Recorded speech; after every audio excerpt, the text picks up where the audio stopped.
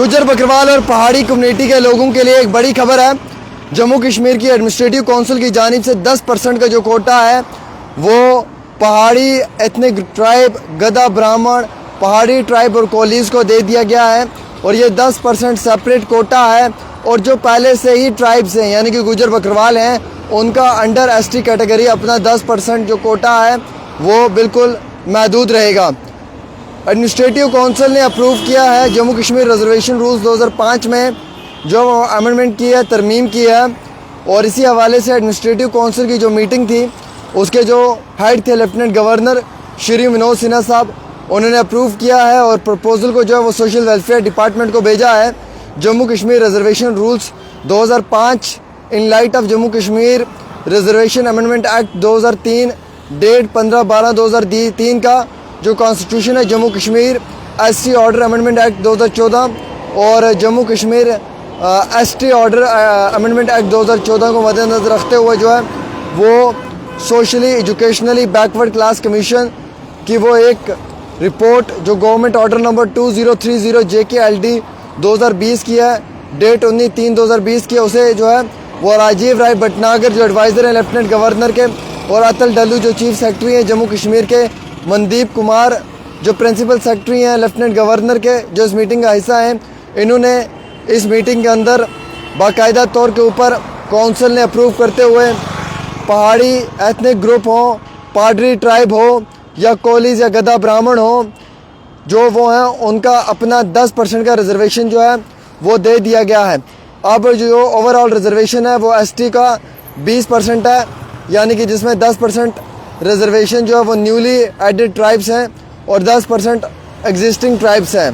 और ये अब 10% जो है वो एडमिनिस्ट्रेटिव काउंसिल ने अप्रूव करके इक्वल सेपरेट परसेंटेज की रिजर्वेशन दी है। और ये कहा है कि जो एडिशन हुई है 15 कास्ट्स की ओबीसी में, उनकी इन्हेंस करके रिजर्वेशन फेवर को ओबीसी में 8% किया है, जबकि ये एक बड़े लंबे अरसे से पेंडिंग डिमांड भी थी ओबीसी कैटेगरी की यूनियन टेरिटरी के अंदर।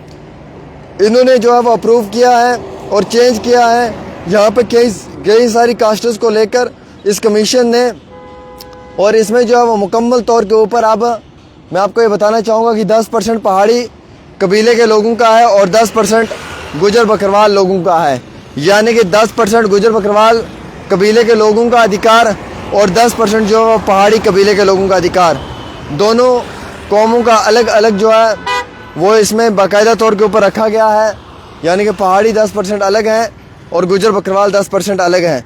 अब ये दोनों जो हैं ये अलग अलग रखे गए हैं और दोनों को अलग अलग तरीके से जो है वो फ़ायदा दिया गया है सरकार की जानिब से।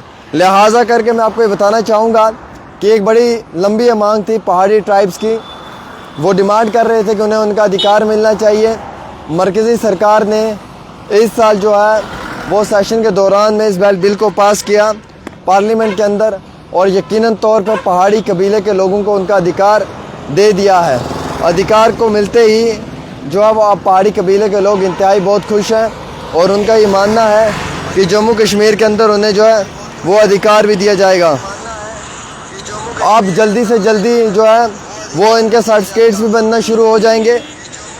और मैं आपको ये बताना चाहूँगा कि ये जो सर्टिफिकेट्स हैं ये जम्मू कश्मीर के अंदर लगातार इनके जो हैं वो बनाए जाएंगे। इससे पहले भी कुछ लोग बोल रहे थे कि सर्टिफिकेट्स बन रहे, कुछ वो फ्रॉड था, स्कैम था, उसमें कभी भी नहीं आना। लेकिन अब जो हैं वो इनके सर्टिफिकेट्स, अब इनका जो वो रिजर्वेशन का सिस्टम गैजेट नोटिफिकेशन जारी होते ही तमाम कानूनी दस्तावेज़ और कानूनी प्रक्रिया को शुरू कर दिया जाएगा।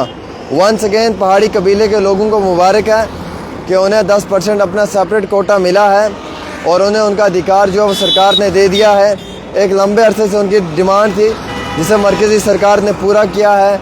और गुजर बकरवाल का जो अपना कोटा है वो 10% अलग है, दोनों को अलग अलग कोटा दिया गया है। अब ये दोनों कौमें अलग अलग तरीके से रहेंगी लेकिन नेशनल लेवल के ऊपर एक ही टक्कर है। स्टेट के अंदर अभी कहा जा रहा है कि अलग अलग है, लेकिन कई सारे लोग कह रहे हैं कि अलग नहीं होता है, ये एक ही बात है। चलो हम देखते हैं कि अब इसमें क्या कुछ ख़ास निकल कर आता है, वो पहुंचाने की कोशिश करेंगे।